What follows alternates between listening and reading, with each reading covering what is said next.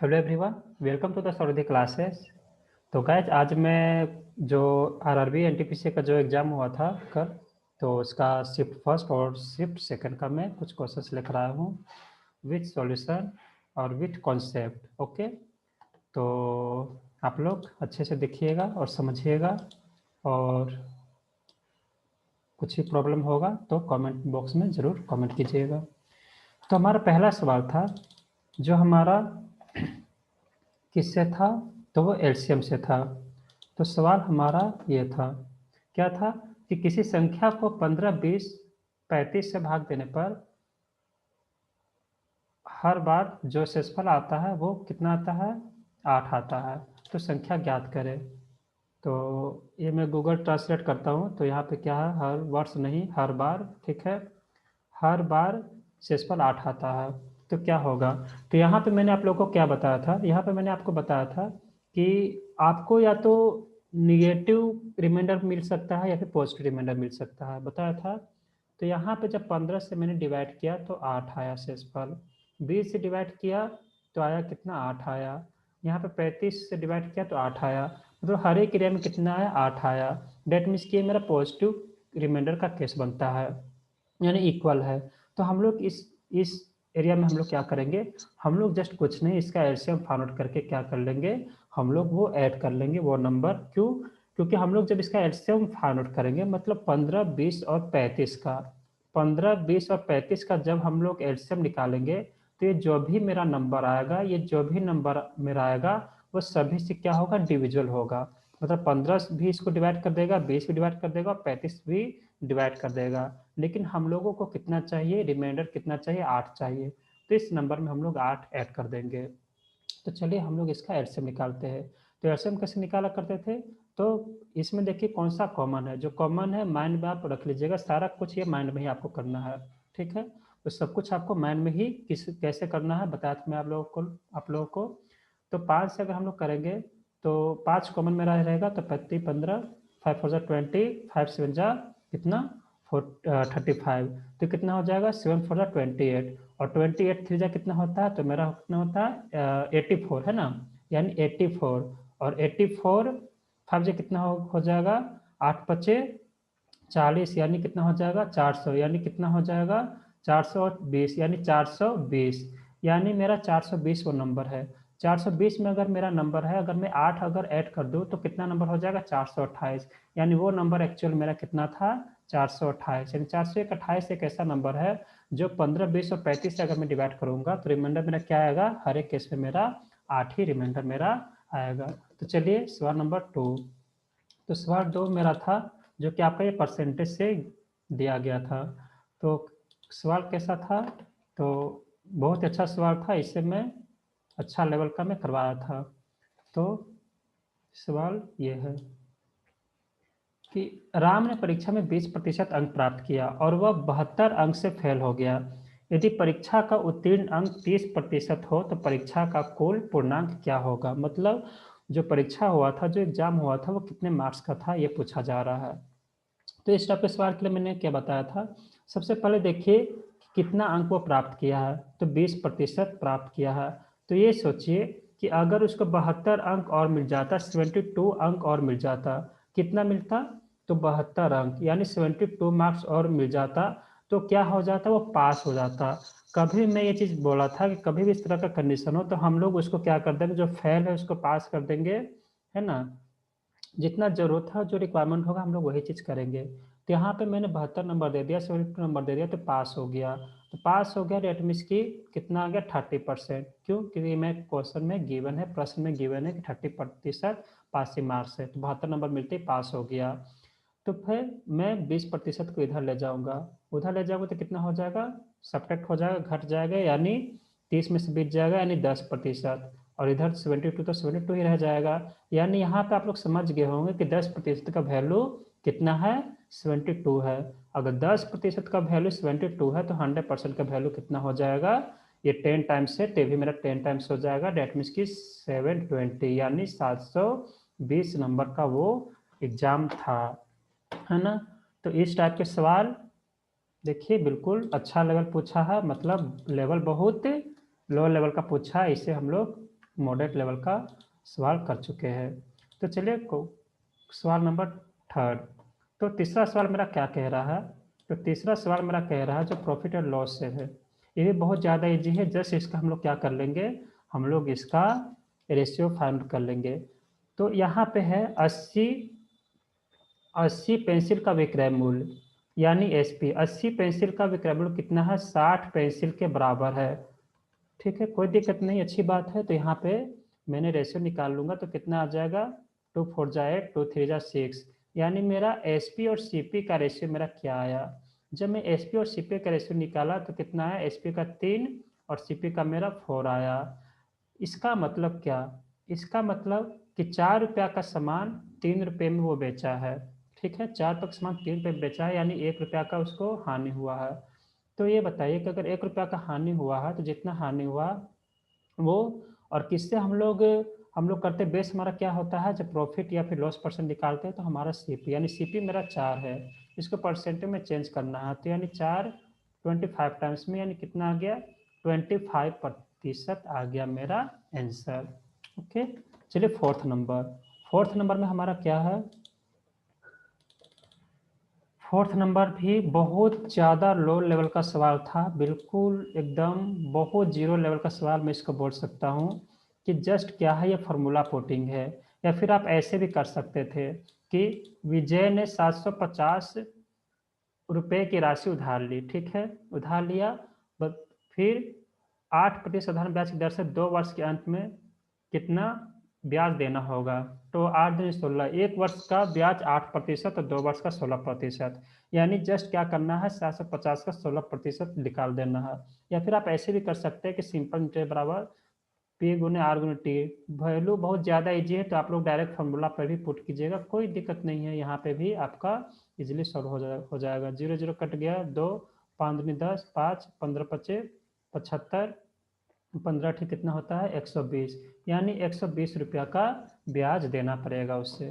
ठीक है, या फिर डायरेक्ट आप 750 का 16% निकाल सकते थे, डायरेक्ट यहीं से आपका आंसर आ जाएगा कितना? 120 रुपया। चलिए सवाल नंबर 5। सवाल नंबर 5 मेरा क्या कह रहा है? तो सवाल नंबर 5 हमारा कह रहा है कुछ ये, हाँ, ये अच्छे से समझिएगा कि क्या कहता है। ये आपका पूरा क्या है? पूरा रेशियो बेस्ड ये सवाल होते हैं।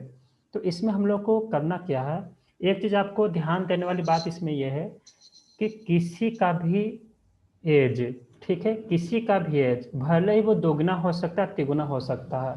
सपोज कि कोई बच्चा जन्म लिया, ठीक है, कोई बच्चा जन्म लिया, उसके पिताजी कितने साल के थे? 25 ईयर्स के थे। तो कितने 25 टाइम्स वो बड़े हैं अपना बेटा से जब जन्म लिया। जैसे जैसे बड़ा होता है बच्चा, वैसे वैसे क्या होता है कि उनकी जो मल्टीपल, जैसे यहाँ पे 25 टाइम्स है, तो क्या होगा? बच्चा होगा, फिर 10 साल के बाद कितना हो जाएगा? ये 15। तो ये क्या होगा? ये भी मल्टीपल घटता जाएगा। इन सेंस मैं ये बोलना चाह रहा हूँ, इन सेंस ये बोलना चाह रहा हूँ कि ये जो भी हो मल्टीपल घट यहाँ पे बढ़ता है, लेकिन जैसे जैसे एज मतलब बढ़ता रहता है बच्चे का, वैसे वैसे दोनों का जो मल्टीपल है वो घटता रहता है। लेकिन उनके बीच का जो एज होता है, इनके बीच का जो एज होता है वो क्या होता है? कांस्टेंट होता है। इनके बीच का एज कांस्टेंट होता है। मतलब अगर अगर बच्चा अगर अभी 1 ईयर का है और उनके पिता 25 ईयर्स के हैं, तो उनके बीच का जो गैपिंग है, मतलब कितने साल बड़े हैं उनके पिताजी उस बच्चे से? तो 24 साल बड़े हैं। तो ये जो रहता है वो बिल्कुल कांस्टेंट रहता है। तो हम लोग ऐसे सवाल में हम लोग क्या करेंगे? हम लोग ऐसे सवालों में सिर्फ ये करेंगे कि जो भी उनके बीच का जो रेशियो रहेगा, मतलब जो भी गिवन होगा उसके बीच का जो रेशियो होगा, वो हमारा क्या होना चाहिए? वो हमारा डिफरेंस में इक्वल होना चाहिए। और क्यों? इसके पीछे का रीजन ये है कि दो लोगों के बीच का जो एज होता है वो हमारा क्या होता है? कांस्टेंट होता है। ठीक है, कांस्टेंट होता है। तो मैं यहाँ पे मैं ये फाइंड आउट करूँगा। चलिए फाइंड आउट करते हैं। 2 साल पहले, 2 साल पहले की बात किया जा रहा है, ठीक है, यानी -2 ईयर्स। ठीक है, मैं बता चुका हूँ माइनस से क्यों डिनोट करते हैं, ताकि कोई कंफ्यूजन ना हो। ठीक है, तो -2 साल पहले, माइनस इंडिकेट कर रहा है 2 साल पहले को। तो 2 साल पहले आदमी आयु में अपने बेटा से 6 गुना था। यहाँ पे फादर में ले लेता हूँ, यहाँ पे सन ले लेता हूँ। फादर कितना है 6 टाइम्स बड़ा है। डेट मीन्स कि सन अगर 1 साल का है तो ये कितने साल का, 6 सालों का है। ठीक है, फिर 18 वर्ष बाद की बात किया जा रहा है कि 18 वर्ष में वह पुत्र की आयु से दोगुना आयु वाला हो जाता है, जैसे मैं अभी बताया कि बिल्कुल same to same. Date means कि 18 साल के बाद की बात किया जा रहा है। डेट मीन्स कि +18 की अगर बात किया जा रहा है, +18 की अगर बात किया जा रहा है तो मेरा कितना हो जाएगा, तो ये मेरा हो जाएगा दोगुना। डेट मीन्स कि 1:2। ठीक है, ये आई थिंक कि समझ पा रहे होगे। लेकिन मैंने क्या बताया कि दो लोगों के एज का जो डिफरेंस होता है वो कांस्टेंट होता है। यहाँ पे मैं एज का डिफरेंस अगर निकालूँ तो 6 और 1 यानी 5 है। यहाँ पे 5 है और यहाँ पे कितना है, 2 और 1, डेट मीन्स कि 1 है। तो क्या ये पॉसिबल है, मतलब सपोज कि मैं आप लोगों से 2 साल बड़ा हूँ, ठीक है, 2 साल बड़ा हूँ, तो क्या ऐसा हो सकता है कि 18 साल बाद मैं 4 साल बड़ा हो जाऊंगा आपसे? नहीं, पॉसिबल ही नहीं है। डेट मीन्स कि यहाँ पे रेशियो कहीं क्या है, ऊपर नीचे है। डेट मीन्स कि हम लोगों को यहाँ पे रेशियो का डिफरेंस हम लोगों को क्या करना पड़ेगा, सेम करना पड़ेगा। तो सेम करने के लिए हम लोग क्या कर सकते हैं, तो हम लोग रेशियो सेम कर देंगे। तो यहाँ पे 5 का डिफरेंस है, यहाँ पे 1 का डिफरेंस है। डेट मीन्स कि अगर मैं इसको 5 से मल्टीप्लाई कर दूँ तो रेशियो हमारा क्या हो जाएगा, सेम हो जाएगा। इसको 5 से मल्टीप्लाई करूँगा तो रेशियो हमारा सेम हो जाएगा। रेशियो सेम होने का मतलब है कि डिफरेंस सेम हो जाएगा। डेट मीन्स कि जो नया रेशियो मिलेगा हमारा वो कितना मिलेगा, 10:5। डेट मीन्स कि अब डिफरेंस देखिए इसका भी 5 आ जा रहा है, तो ठीक है, अब कोई दिक्कत नहीं है। अब इस रेशियो का मुझे कोई ज़रूरत नहीं है, इस रेशियो का कोई रिक्वायरमेंट नहीं है। डेट मीन्स कि 18 साल के बाद का जो रेशियो मुझे मिला वो ये रेशियो मिला। अब क्वेश्चन क्या बोला जा रहा है, तो उनके वर्तमान आयु ज्ञात करें। तो क्या करना है, वर्तमान आयु ज्ञात करना है। तो अब देखिए वर्तमान आयु हम लोग कैसे करेंगे। तो यहाँ पे हम लोग एक तरफ हमारा यूनिट है तो एक तरफ हमारा ईयर्स है, मतलब साल है। तो मैंने क्या बताया था कि कभी भी इस तरह का है तो हम लोग यूनिट में अगर देखें तो यूनिट में मेरा इंक्रीज हुआ 6 से 10, मतलब यूनिट में मेरा इंक्रीज हुआ 6 से 10, यानी कितना इंक्रीमेंट हुआ, तो 4 यूनिट। लेकिन मैं जब साल की जब बात करूँ तो साल में कितना इंक्रीमेंट हुआ, 18 साल ये है और ये 2 है, यानी 18 और 2 कितना हो जाएगा, 20। ये 2 साल पहले का है, ठीक है, 2 साल पहले का डेट मीन्स के ऐड होगा। ठीक है, क्यों ऐड होता है, क्योंकि 2 साल पहले का, सपोज मैं 2 साल पहले की बात करूँ, अगर मैं अभी कितना का हूँ, जैसे कि मैं अगर बात करूँ कि 18 साल में आज से 2 साल पहले इतना साल का था, सपोज कि 20 साल का था, तो 18 साल के बाद कितना हो जाऊंगा, तो दोनों आपस में क्या हो जाएंगे, ऐड हो जाएगा। अगर ऐड हो जाएगा तो 4 यूनिट किसके इक्वल में हो जाएगा, 20 साल के इक्वल में हो जाएगा। यानी 1 यूनिट का वैल्यू क्या आ जाएगा, 1 यूनिट का वैल्यू आ जाएगा 4 5 जा 20 यानी 5 ईयर्स। तो अब आप लोग समझ गए होंगे कि अब हम लोग को क्या करना है। तो अब हम लोग को क्या है, 5 यूनिट, एक का वैल्यू 5 साल। तो अगर मैं 6 का निकालूँ, ये 6 का, तो 6 का कितना आ जाएगा, तो 6 का वैल्यू आ जाएगा 6 5 जा 30, और 1 का कितना हो जाएगा, 1 5 इंटू 1, डेट मीन्स की कितना 5। डेट मीन्स की पिता का कितना आ गया 30 साल, और पिता का कितना 30 साल, और सन का कितना आ गया 5 ईयर्स। लेकिन प्रॉब्लम यह है कि 2 साल के पहले का है, ये 2 साल के पहले का एज है। लेकिन मुझे एक्चुअल में क्या चाहिए, मुझे चाहिए प्रेजेंट का। प्रेजेंट का मतलब 2 साल हम लोग इसमें और ऐड करेंगे तब तो हम लोग प्रेजेंट में आएंगे ना। डेट मीन्स कि हम लोग ऐड कर दिए +2 यानी टोटल एज कितना हो गया, फादर का एज हो गया 30 2 32, और ये कितना आ जाएगा 5 2 7, यानी पिता का वर्तमान आयु 32 साल, और पिता का वर्तमान आयु 32 साल, और बेटे का कितना आ गया 7 साल। तो आई थिंक कि इस बात को समझ पा रहे हैं, और मैंने बहुत डिटेल में इस चीज़ को मैंने ये बताया था। तो चलिए अब हम लोग नेक्स्ट सवाल की तरफ इंटर करते हैं। हमारा नेक्स्ट सवाल है 6 नंबर में हमारा क्या है, 6 नंबर में हमारा है, एक मिनट, चलिए 6 सवाल है हमारा, 6 नंबर ये बहुत ही लो लेवल का रेशियो से लिया गया है। दो संख्या का दो संख्या 2:3 के अनुपात में है और उनका गुणनफल जो है कितना 96 है। तो गुणनफल की अगर बात किया जाएगा तो डायरेक्ट हम लोग क्या बताए थे कि डायरेक्ट ये एक्स के मतलब एक्स के वर्ग के फॉर्मेट में आता है। कैसे? क्योंकि अगर मैं नंबर मानूं एक्स द 2x तो एक मानूंगा कितना 3x, दोनों को मैं मल्टीप्लाई करूँगा कितना आ जाएगा ये 96। तो कितना आ जाएगा 3 दूनी 6 यानी 6x²। इसी की मैं बात कर रहा तो डायरेक्ट आप क्या कर सकते थे कि 6 से डिवाइड करके 96 से मतलब इसको डिवाइड करके आप इसका इसका क्या कर सकते थे रूट निकाल सकते थे। मतलब जो भी अंडर रूट में आएगा फिर हम लोग वहाँ पे सॉल्व कर सकते थे। डेट मीन्स कि क्या हो जाएगा 6x² डिवाइडेड इक्वल टू 96। तो x² बराबर कितना हो जाएगा तो हो जाएगा 16 छक 96 यानी ये मेरा x का वैल्यू कितना आ जाएगा 4। यानी अगर x का वैल्यू अगर 4 आ गया तो नंबर क्या होगा यानी वो नंबर क्या क्या हो जाएगा 2x था ना 2x और 3x यानी वो नंबर मेरा हो जाएगा 2 4 8 और ये 3 यानी कितना हो जाएगा 3x यानी 4 3 12 यानी नंबर कितना हो जाएगा 12 8 20। दोनों का योग ही तो पूछा गया था ना, दोनों का योग ही क्या होगा हमारा 20 मेरा आंसर आएगा। ठीक है, तो आई थिंक कि समझ पा रहे हो कि बातों को। 7 नंबर क्वेश्चन क्या था आपका टाइम एंड वर्क से लिया गया सवाल है। तो ये सवाल क्या कह रहा है, ये सवाल मेरा क्या कह रहा है कि मोहन कोई काम का 1/5 भाग 10 दिन में करता है, तो बताओ कि वह शेष काम कितने दिनों में कर पाएगा। तो मैंने बताया था, मैंने क्या बताया था आप लोगों को कि कोई भी जो होता है P/Q के फॉर्म में जो हम लोग अगर फ्रैक्शन में निकालते हैं तो जो Q वाला जो होते हैं मतलब डिनोमिनेटर पार्ट, मतलब इसको हिंदी में हर बोलते हैं ना। हाँ, तो जो हर में जो क्या होता है वो आपका टोटल वर्क डिनोट करता है। वो क्या करता है वो डिनोमिनेटर पार्ट को क्या करता है वो वो टोटल वर्क को डिनोट करता है। डेट मीन्स कि यहाँ पे देखिए 1/5 भाग है, 1/5 भाग 10 दिन में करता है, 1/5 भाग 10 दिन में करता है। तो क्रॉस मल्टीप्लिकेशन करूंगा तो 5 का वैल्यू कितना आ जाएगा 5 10 जा 50 यानी 50 डेज, 50 डेज आ चुका है। यानी 5 का वैल्यू 50 डेज आ चुका है तो यहाँ से ए का वैल्यू कितना आ जाएगा 10 डेज।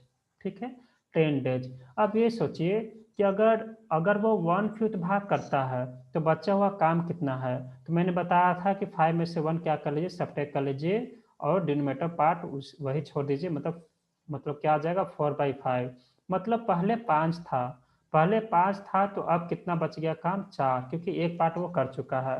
यानी 5 का वैल्यू 50 है तो 4 का वैल्यू कितना हो जाएगा, एक का वैल्यू 10 है तो 4 का वैल्यू कितना हो जाएगा 40 यानी 40 डेज। यानी 40 डेज मेरा इसका करेक्ट आंसर है। ठीक है, चलिए 8 नंबर सवाल मेरा क्या कह रहा है।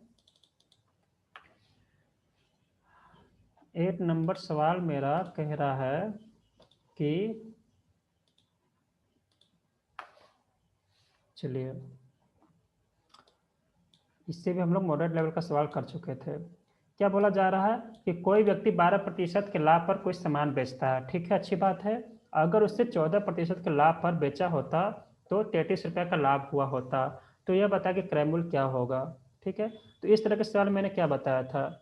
सबसे पहले देख लीजिए कि आप लोग क्या 12% के लाभ पर मतलब 12% के लाभ पर कोई सामान बेचता है, अगर उसको 14% के लाभ पर अगर बेचा होता, 14% के लाभ पर बेचा होता तो 33 रुपये का फायदा हुआ होता, है ना।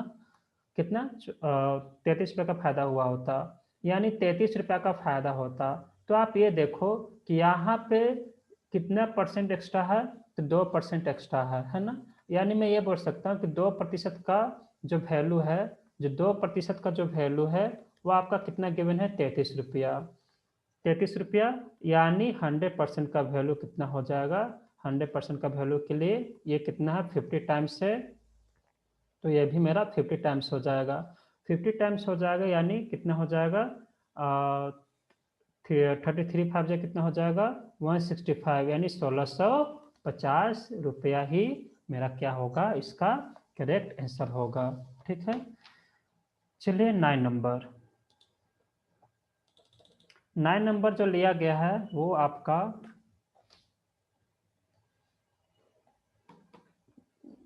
वो आपका दिया गया एडवांस मैथ से। तो चलिए सवाल में इंटर करता हूँ।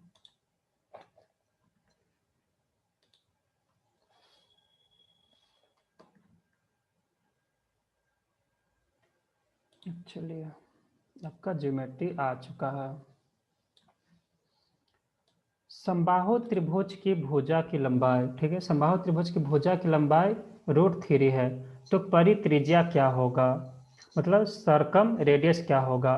तो मैंने ये आप लोग को बताया था, क्या बताया था कि इस तरह के, मतलब इसके बेसिस पे दो सवाल हमारे आए थे, ठीक है, दो सवाल आए थे। एक इसी पे मीडियन में करके दिया हुआ था, है ना, कोई शिफ्ट में मीडियन में करके दिया गया था फर्स्ट या सेकंड शिफ्ट में। और ये जो था, ये क्या था, डायरेक्ट फॉर्मूला पुटिंग था। ये क्या है, √3 की बात किया जा रहा है, √3 डेट मीन्स √3 की बात किया जा रहा है, ठीक है। तो सवाल क्या, संभावित त्रिभुज की भुजा की लंबाई √3 है, √3 है, तो परित्रिज्या क्या होगा। तो हम लोग को पता है, मतलब यहाँ पे जो ए के जो वैल्यू गिवन है वो √3 है। तो सरकम रेडियस क्या होता है, सरकम रेडियस जो होता है, सरकम रेडियस इक्वल टू क्या होता है। तो मैंने क्या बताया था, इसको मैंने मैं इसको ड्राइव करके क्या बताया था कि इसका वैल्यू जो होता है a√3 होता है, a√3 होता है। डेट मीन्स कि a का वैल्यू मुझे गिवन है √3, ये √3 है, तो ये क्या हो जाएगा √3, डेट मीन्स कि ये कट जाएगा आपस में, क्या हो जाएगा 1, डेट मीन्स कि 1 ही मेरा आंसर हो जाएगा, ठीक है। 9 नंबर। 10th नंबर क्या है, बिल्कुल सेम टू सेम सवाल है, सेम टू सेम सवाल है। बस इसमें फर्क क्या था कि इस सवाल के जगह पर क्या था कि फिगर दे दिया था, मतलब सवाल यही था, ठीक है, सवाल आपका यही था, ठीक, लेकिन आपको यहाँ पे क्या था, फिगर दे दिया गया था। फिगर कुछ इस टाइप का था, मैं फिगर भी डिनोट कर देता हूँ यहाँ पे। फिगर हमारा कुछ ऐसा था, कोई ट्रायंगल था, समबाहु त्रिभुज ही बनाया गया था। समबाहु त्रिभुज के बारे में बोला गया था कि ये हमारा समबाहु त्रिभुज है, ठीक है। और इसका क्या किया गया था कि मीडियन खींचा गया था। मीडियन डेट मीन्स की हम लोग वर्टेक्स से हम लोग ये करेंगे इस तरह से, इस तरीके से और इस तरीके से, फिर बोला ये गया था, ठीक है। चलिए काम्बर फिगर बन गया है, कोई दिक्कत नहीं, आप लोग समझ गए, भावनाओं को समझिएगा, ठीक है। तो यहाँ पे मेरा फिगर बन चुका है, ठीक है। तो डिटेल में मैंने बताया था, बस यहाँ पे मैं ये बोलना चाह रहा था कि मीडियन, मीडियन के बारे में मैंने एक चीज़ बताई थी। एक चीज़ मैंने क्या बताई थी कि जो मीडियन होता है वो ट्रायंगल को 1:1 के अनुपात में विभाजित करता है। 1:1 बोलने का मतलब है इक्वली क्या करेगा, डिस्ट्रीब्यूट करेगा, मतलब जो इसका एरिया होगा वही इसका एरिया, वही इसका एरिया, मतलब एक एक परफेक्ट फिगर बनाइएगा तो क्या होगा आपस में, ये एक क्या होगा, एरिया जो होगा इसका सेम होगा। डेट मीन्स कि यहाँ पे टोटल मेरे पास कितने ट्रायंगल है, 2 3 4 5 6, टोटल 6 हमारे पास ट्रायंगल होते हैं। तो मैंने क्या बताया था कि इस तरीके के लिए, इस तरीके के लिए हम लोग क्या करेंगे, सबसे पहले हम लोग एरिया फाइंड आउट करते हैं, है ना। तो एरिया अगर हम लोग फाइंड आउट करेंगे तो एरिया इक्वल टू क्या हो जाएगा, और यहाँ पे क्या था, यहाँ पे आपको साइड गिवन था, यहाँ पे आपका साइड गिवन था। अच्छा ये 9 नंबर ही क्वेश्चन हो गया, ये क्वेश्चन नहीं है, ठीक है। 9 नंबर क्वेश्चन 10 नंबर हो जाएगा ना, ये देख लेता हूँ। सवाल हमारा ये था, एक मिनट, क्वेश्चन कहीं मिस्टेक हो गया, मतलब एक ही क्वेश्चन रिपीट हो गया है। चलिए कोई दिक्कत नहीं, मैं यहाँ पे चेंज करता हूँ। समबाहु त्रिभुज की भुजा की लंबाई, समबाहु त्रिभुज की भुजा की लंबाई 4 सेंटीमीटर है, यहाँ पे है 4 सेंटीमीटर, लंबाई 4 सेंटीमीटर है। तो दिए गए चित्र में छायांकित भाग का क्षेत्रफल क्या होगा, ठीक है, छायांकित भाग का क्षेत्रफल पूछा गया था। तो चलिए ठीक है, तो कोई एक पार्ट जो है ना इसमें से कोई छायांकित कर दिया गया था, सपोज कि मैं ये कर दे रहा हूँ तो इस भाग का, या किसी को भी कोई एक ट्रायंगल को भी वो छायांकित कर दे, चाहे इसको कर दे, चाहे इसको कर दे, चाहे इसको कर दे, चाहे इसको। जब हम लोगों को पता है कि इक्वली डिस्ट्रीब्यूट करता है मीडियन, मीडियन, तो किसी का ही पूछे हम लोग को वही काम करना है। डेट मीन्स कि सबसे पहले हम लोग को समबाहु त्रिभुज का एरिया निकाल लेना है। भुजा गिवन है, डेट मीन्स कि ए का वैल्यू गिवन है। ए का वैल्यू कितना गिवन है? 4 सेंटीमीटर। तो हम लोगों को पता है कि जो समबाहु त्रिभुज का जो क्षेत्रफल होता है वो क्या होता है? √3/4 इंटू भुजा स्क्वायर, डेट मीन्स कि 4 इंटू 4 यानी साइड स्क्वायर। ये 4 कट जाएगा तो क्या हो जाएगा? 4 इंटू √3। तो हमारा एरिया आ गया। अब सोचिए कि 6 भागों में डिस्ट्रीब्यूट करता है, ठीक है, 6 भाग में डिस्ट्रीब्यूट करता है और हम लोगों को एक ट्रायंगल निकालना है। टोटल 6 ट्रायंगल है इसमें, टोटल 6 ट्रायंगल है, एक को एक का निकालना है। तो डेट मीन्स कि हम लोग को क्या करना है कि 6 से डिवाइड कर देना है। जो 6 से डिवाइड कर दूंगा तो यही एक ट्रायंगल का वैल्यू आ जाएगा, जो कि हमारा ऑप्शन में था 4√3/6। ठीक है, तो ये 10 नंबर आपका बहुत ज़्यादा इजी था, हम लोग इससे मॉडरेट लेवल का सवाल कर चुके थे। तो ये हमारा जो सवाल है 10 नंबर। और देखता हूँ यहाँ आगे भी सवाल है हमारा। तो आगे सवाल कुछ इस टाइप का था, हमारा रेक्टेंगल से दिया गया था। 11 नंबर, 11 नंबर सवाल क्या कहता है? तो 11 नंबर सवाल है, किसी आयत की लंबाई, किसी आयत की लंबाई चौड़ाई से दोगुनी है और परिमिति 48 सेंटीमीटर है, तो क्षेत्रफल ज्ञात करें। तो बहुत ही सिंपल सवाल है, बहुत ही ज़्यादा सिंपल सवाल है।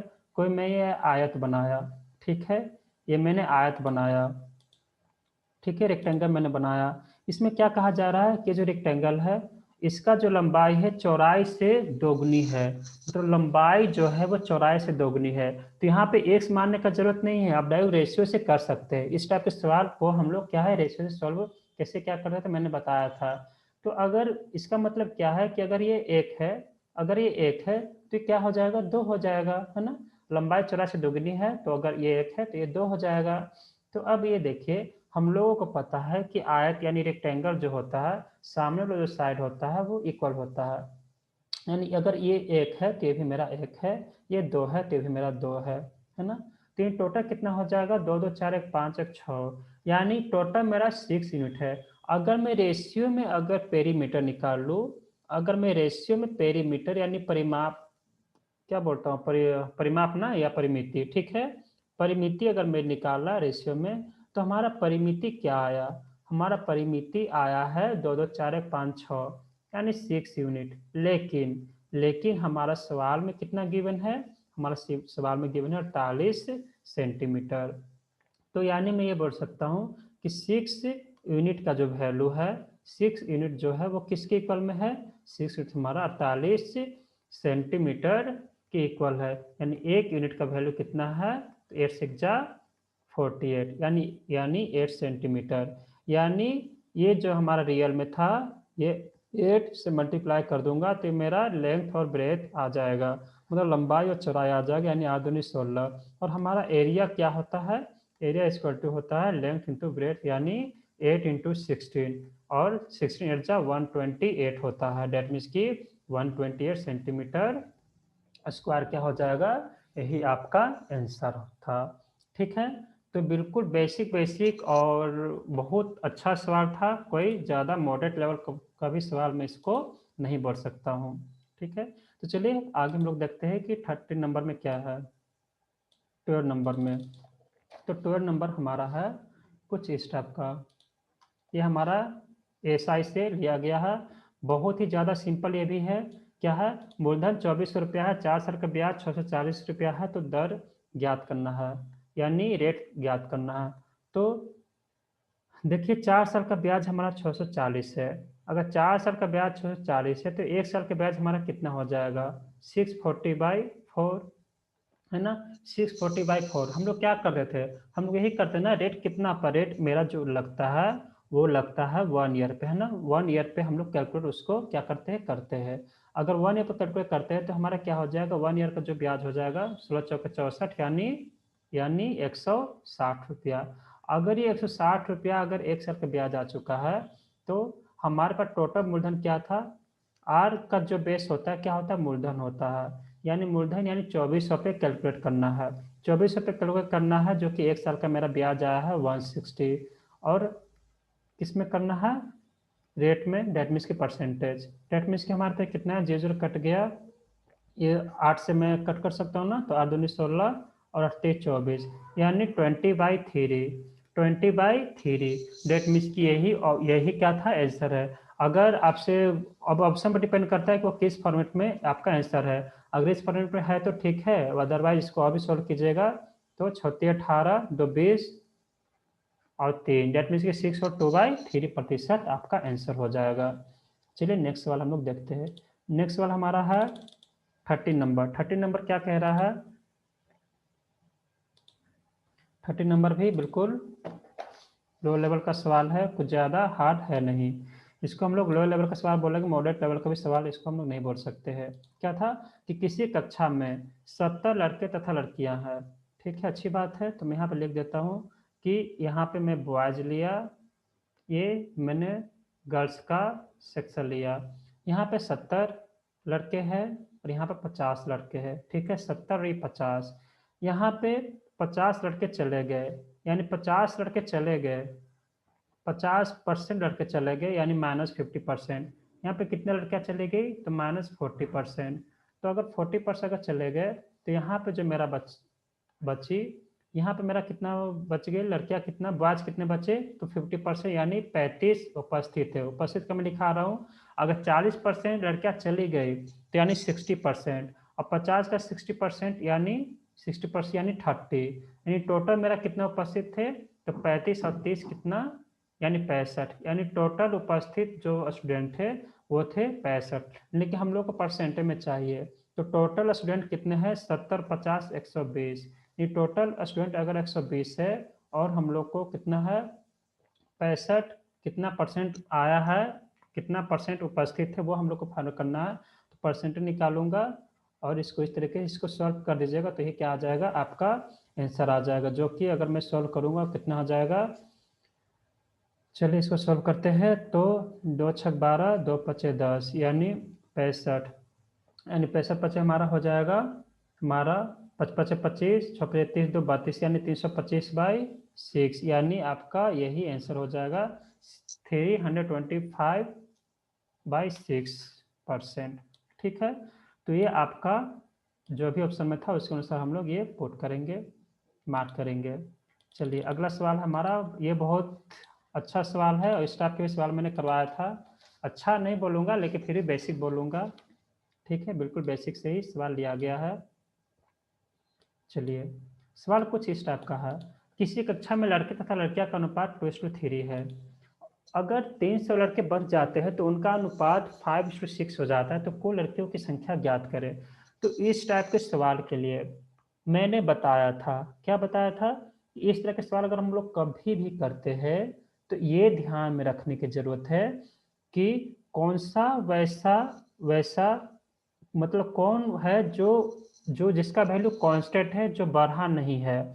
यहाँ पे अगर मैं ध्यान से देखूँ तो ये हो गए हमारे बॉयज और ये हमारे हो गए गर्ल्स, अगर मैं ध्यान से देखूँ तो ये हो गया 2:3 के अनुपात में, लेकिन प्रॉब्लम ये है कि 300 लड़के बढ़ गए, कितने बढ़ गए, 300 बॉयज बढ़े हैं, अगर 300 बॉयज अगर बढ़े हैं, डैट मीन्स 300 बॉयज अगर बढ़े हैं, तो डैट मीन्स कि लड़कियां नहीं बढ़ी है, यानी जो गर्ल्स है वो मेरा कांस्टेंट है, गर्ल्स क्या है, कांस्टेंट है, लेकिन अनुपात क्या गिवन है, 5:6 से, यहाँ पे अगर गौर से आप देखोगे तो 5:6 का रेशियो है, लेकिन लेकिन लड़कियां नहीं बढ़ी है, डेट मीन्स कि लड़कियों को हम लोग को सेम करना पड़ेगा, अगर मैं 2 से अगर मैं मल्टीप्लाई कर दूँ इसको, तो क्या हो जाएगा, ये लड़कियां इसमें सेम आ जाएगी, तो 2 से मल्टीप्लाई करते ही मेरा इक्वेशन क्या आ जाएगा, तो 2 2 4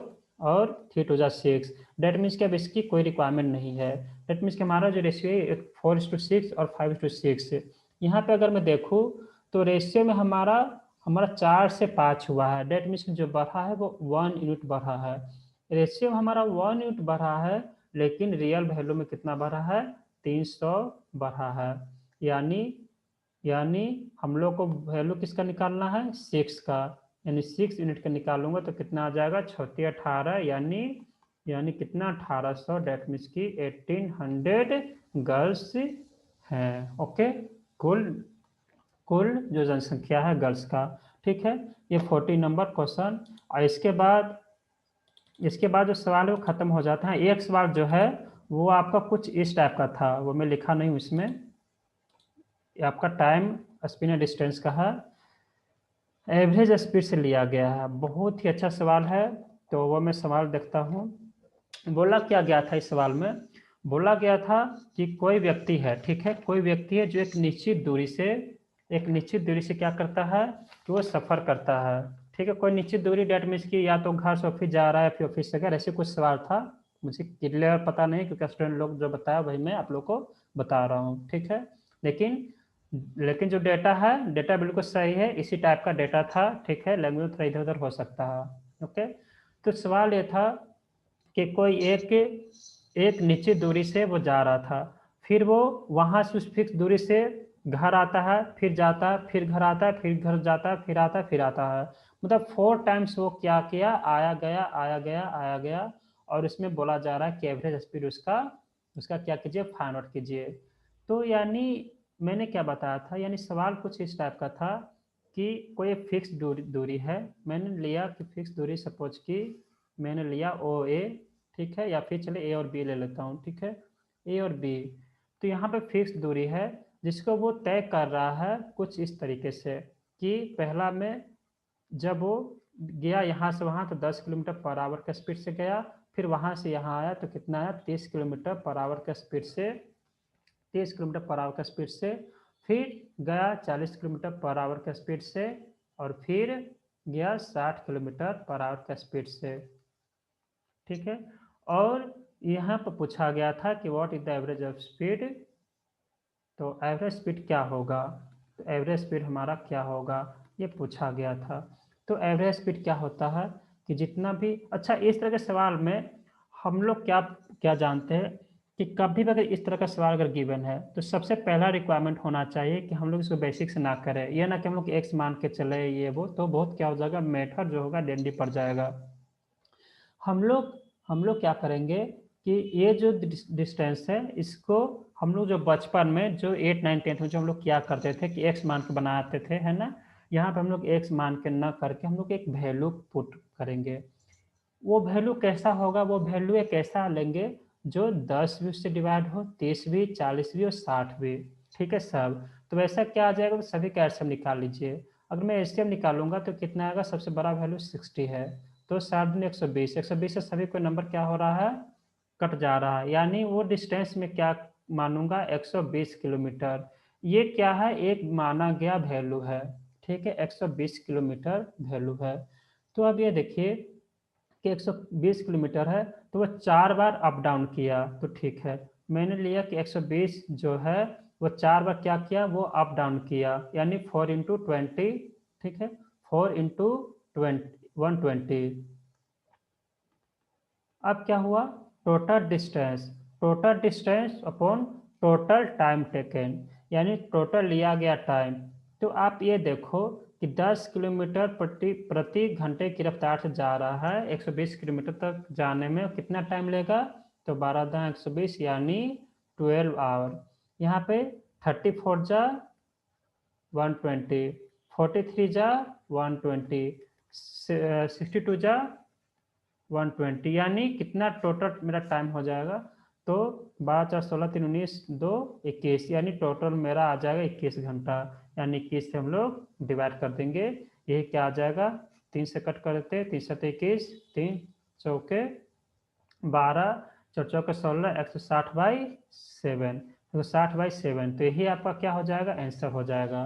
तो इस टाइप के सवाल पूछे गए थे। तो जो भी सवाल मेरे पास था, मतलब कलेक्शन ऑफ क्वेश्चंस, तो वो मैं आपको सॉल्व करवा दिया हूँ, और जैसे जैसे क्वेश्चंस आएंगे तो मैं उसको सॉल्व कराता रहूँगा। ठीक है, अगर वीडियो पसंद आया हुआ हो आए तो लाइक और सब्सक्राइब जरूर कीजिएगा। Okay, thank you.